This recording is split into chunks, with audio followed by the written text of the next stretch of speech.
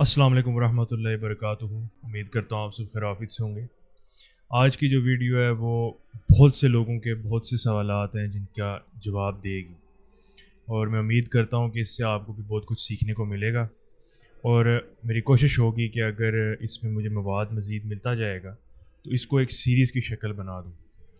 یعنی جو ٹاپک ہے، اس ٹاپک کے اندر بہت ساری چیزیں آتی ہیں، کیونکہ بیسیکلی تھوڑا سا میں اوور ویو دے دیتا ہوں آپ کو. آج ہم بیسیکلی اسلامک سائنسز جو ہے نا، اسلام ایز اے ڈسپلن، اس کو ہم ایک اوور ویو اس کا دیکھنے کی کوشش کریں گے. کیونکہ اکثر لوگوں کے ذہن میں یہ بات ہوتی ہے کہ جی یہ فرقہ کیا ہے، یہ اتنی سپلٹ کیوں ہے، ڈیوائڈ کیوں ہے، کوئی کسی کو فالو کرتا ہے، کوئی کسی کو فالو کرتا ہے، کیوں کرتا ہے، وہ چیز ہے کیا بیسیکلی، اور اس کا اسلام کے اندر کیا کنسیپٹ ہے بھی ہے کہ نہیں ہے، اور وہ ساری کافی ساری چیزیں ہوتی ہیں جس میں لوگ کنفیوز ہو جاتے ہیں اکثر. میری کوشش ہوگی کہ آپ کو ایک ایسی انڈرسٹینڈنگ دے دوں تاکہ آپ ان چیزوں میں کنفیوز نہ ہو، ایک سٹارٹنگ پوائنٹ آپ کو مل جائے ان چیزوں کو سمجھنے کے لیے. تو میرے پاس کچھ نوٹس بھی ہیں، تو انشاءاللہ اس کو میں جتنا سمپلیفائی کر سکوں گا اتنا سمپلیفائی کرنے کی کوشش کروں گا. بالکل ایک کامن مین کی ٹرمز میں یہ سمجھانے کی کوشش کروں گا. میں کوشش کروں گا کہ کوئی مشکل چیز اس میں نہ، کوئی مشکل لفظ استعمال نہ کروں میں، تاکہ جو آپ کے مطلب سر کے اوپر سے گزر جائے. تو اس کا مقصد نہیں ہے اگر ایسا کچھ ہو جاتا ہے تو جو اسپیسیفکلی آج ہمارا اس اسلامک سائنسز کے انڈر ایک جو ٹاپک ہے وہ یہ ہے کہ بیسیکلی اسلام کے اندر جو یہ ڈویژنز ہیں، ڈسپلن کے اندر جو ہے، اکیڈیمیا کے اندر جو ہے، وہ جو ڈویژنز آتی ہیں ہمارے اندر پاس، وہ کس بنیاد پر ہیں، وہ کیوں ہیں، اور وہ کیا ہیں، کب سے یہ شروع ہوئی، یا ابھی شروع ہوئی، یا بہت پہلے سے شروع ہو جاتی ہیں، کہاں سے شروع ہوتی ہیں. اس کو سمجھنے کے لیے پہلے ہمیں یہ چیز سمجھنی ضروری ہے ہمارے لیے کہ یہ جو بحثیں ہیں نا، یہ جو ڈیبیٹس ہیں، یہ جو سپلٹ بھی ہے بیسیکلی، جن بحثوں کی بنیاد پر یہ سپلٹ بنے ہوئے ہیں، یہ علمی بحثیں ان کو آپ کہتے ہیں.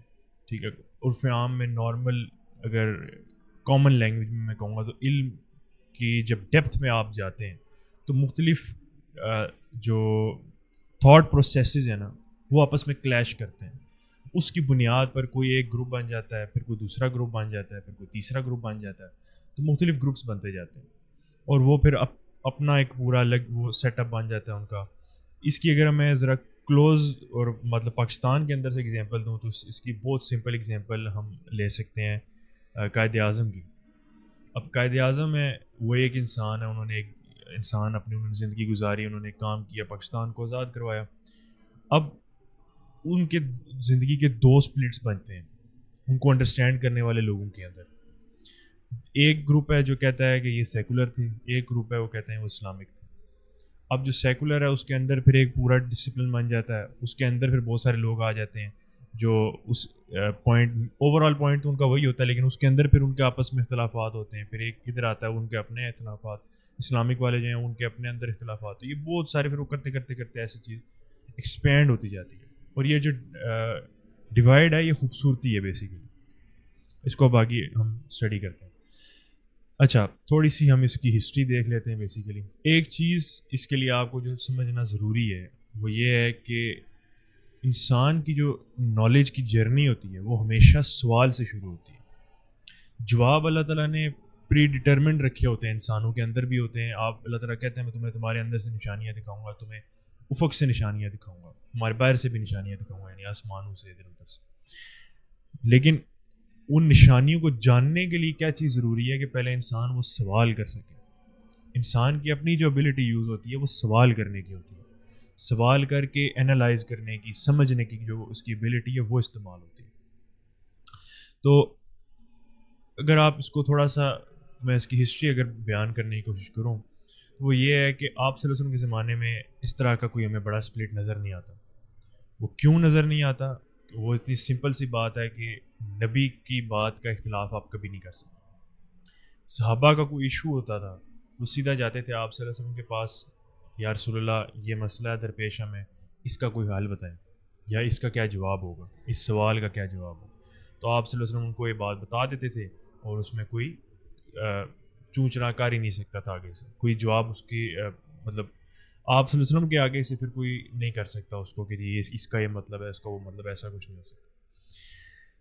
پھر آپ صلی اللہ علیہ وسلم جب اس دنیا سے وصال کر جاتے ہیں اور جب صحابہ کرام دنیا کے اندر ایکسپینڈ کرتے ہیں مسلم امپائر کو اور مسلم سوچ کو، تو اسلام چونکہ ایک پراپر ڈسپلن ہے.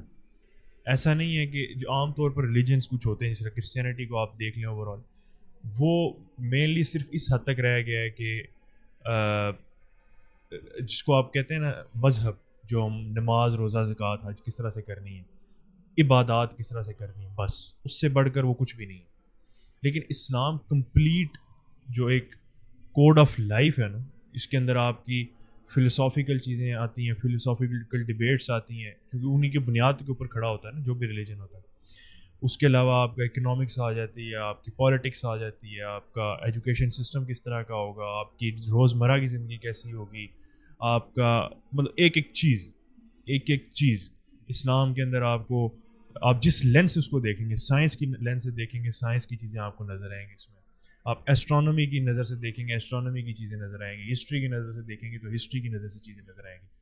بہت ڈائیورس قسم کی چیز ہے، کیونکہ یہ قیامت تک آنی ہے، قیامت تک چلنا ہے اس نے، تو ظاہر ہے کہ پھر ڈائیورس ہونا اس کے لیے ضروری ہے. اب جب ایکسپینشن ہوئی مسلم امپائر کی، یعنی جو صحابہ کرام کے انڈر ہوئی، اور پھر اس کے بعد اموی دور بھی ہوا، پھر عباسی دور ہوا، باقی آٹومن اس کے بعد دور ہوا. اس میں کیا ہوتا ہے کہ جب نئی دنیا ہمارے سامنے کھلتی ہے تو نئے نئے سوالات بھی آتے ہیں. اب نئے نئے سوالات کس طرح سے آتے ہیں؟ اب مثال کے طور پر سوالات جو ہوتے ہیں وہ کچھ مطلب انڈرسٹینڈنگ جو ہوتی ہے انسانوں کی، وہ کچھ مادی حالات کے اوپر بھی ان کا انحصار ہوتا ہے. مثال کے طور پر ایک علاقہ ہے جہاں کے لوگ جہاں پر ان کو کھلا آسمان نظر آتا ہے، ہر دفعہ ستارے نظر آتے ہیں، تو پری ڈومیننٹلی ان کے اندر یہ ایبلٹی زیادہ ہوگی کہ وہ آسمان کے جو ستارے ہیں ان کے اوپر کوسچننگ زیادہ کریں گے، وہ کیونکہ ان کے اندر ان کو نظر ہی وہ چیز آتی ہے. ٹھیک ہے، اور یا ان کے پاس جوابات اس چیز کے زیادہ ہوں گے. ٹھیک ہے، جو صحرا میں رہ رہا ہے اس کے پاس صحرا کے جوابات زیادہ ہوں گے. ٹھیک، کیونکہ اس نے اس کو سوال، اس صحرا کے والے سے سوال کر کے جواب تلاش کیا ہوگا اس کا. ٹھیک ہے، جو ان کی کلچر میں آ رہا ہوگا، ان کی ہسٹری میں وہ ان سوالوں کے جوابات آ رہے ہوں گے. اسی طریقے سے جب صحابہ کرام نے ایکسپینڈ کیا تو موسٹلی ایران جو تھا نا، ایران ایک طرح سے گڑھ تھا فلسفے کا، علمی بحثوں کا، اور کیونکہ وہ بہت ڈیولپڈ ایک سویلائزیشن رہی ہے ایران بھی، چائنیز بھی، اور یہ بڑی بڑی سویلائزیشنز ہیں جو جن کا ہمیں بہت پیچھے تک ہسٹری میں ہمیں ان کے حوالے سے ملتا ہے کہ علمی ڈیولپمنٹ کے حوالے سے ان کی. تو ایران جب یہ آتے ہیں تو یہاں پر آ کر ایران صرف میں نہیں کہوں گا، اوور آل جو سارے ایریا ہے، مطلب جب ایکسپینشن ہوتی ہے، نئے لوگوں سے ملتے ہیں، نئے سوالات جنم لیتے ہیں، تو دو بڑے سپلٹ آپ کو ملتے ہیں. اور پہلی بحث بھی جو ہوتی ہے نا وہ ان دو سپلٹس کے بیچ میں ہوتی ہے. اور وہ ٹاپک کیا ہوتا ہے بحث کا؟ قدر، یعنی اقتدار. کس کے پاس اقتدار زیادہ ہے یا اختیار زیادہ ہے؟ بیسیکلی کیا ہمارے پاس اختیار زیادہ ہے یا خدا کے پاس زیادہ اختیار ہے؟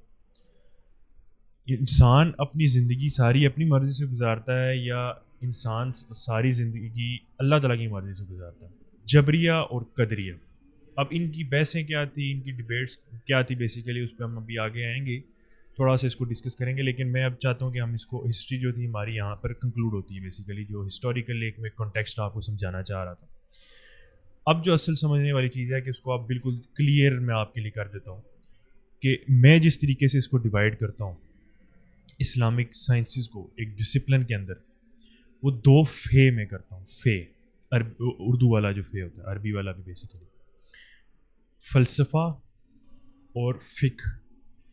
فلسفہ اور فقہ یہ دو ڈسپلنز بیسیکلی آپ کے اندر آپ کو ملتے ہیں. دو کیٹیگریز بیسیکلی آپ کے ڈسپلن نہ کہیں، دو کیٹیگریز الگ الگ ملتی ہیں. فلسفے کے اندر کیا آتا ہے بیسیکلی، اس کے اندر آپ کا عقیدہ، جو فلسافیکل بیسز ہیں ان کے اوپر ڈبیٹس جو ہوتی ہیں وہ اس کے اندر آتی ہیں. ان کے اندر جو آپ کو فرقے ملتے ہیں، ان کے اندر جو آپ کہہ لیں سپلٹس ملتے ہیں آپ کو, مختلف گروپس ملتے ہیں.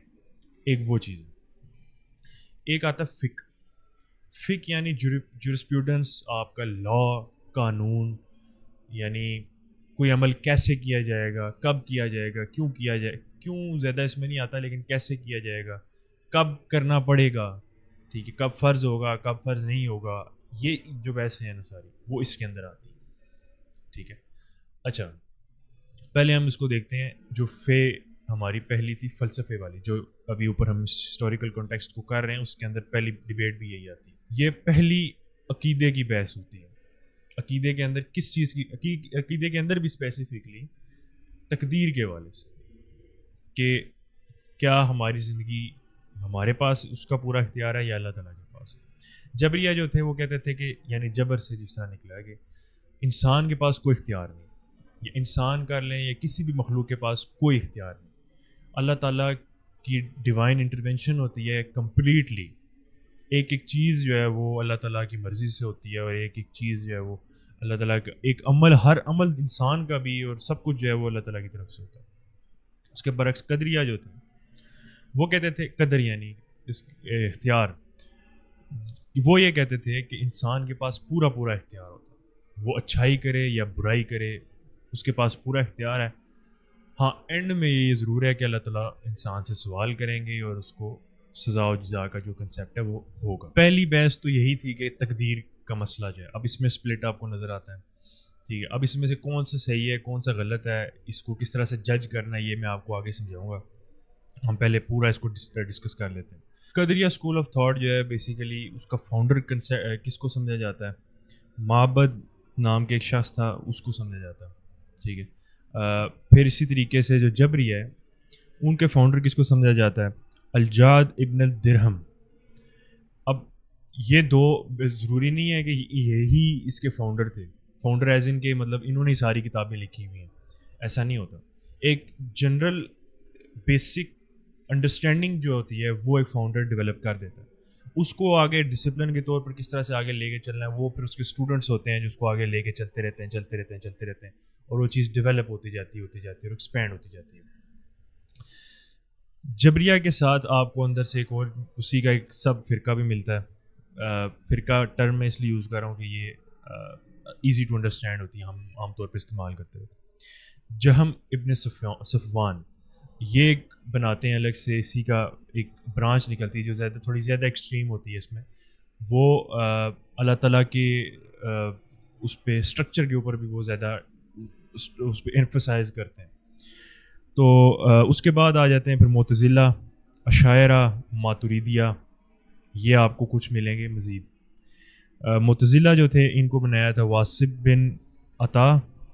اشاعرہ جو تھے وہ ابو حسن العشری سے منسوب کیے جاتے ہیں. ماتریدیہ جو ہیں وہ ابو منصور الماتریدی. یہ جو تھے بیسیکلی ان کے فاؤنڈرز, جس طرح میں نے آپ کو پہلے بتایا اسی طریقے سے یہ بھی ان کے فاؤنڈرز تھے. اب یہ بیسیکلی جو ڈویژنز ہیں نا, یہ ساری ڈویژنز ہیں کس بیس پر, عقیدے کی بحثوں کی بیس پر.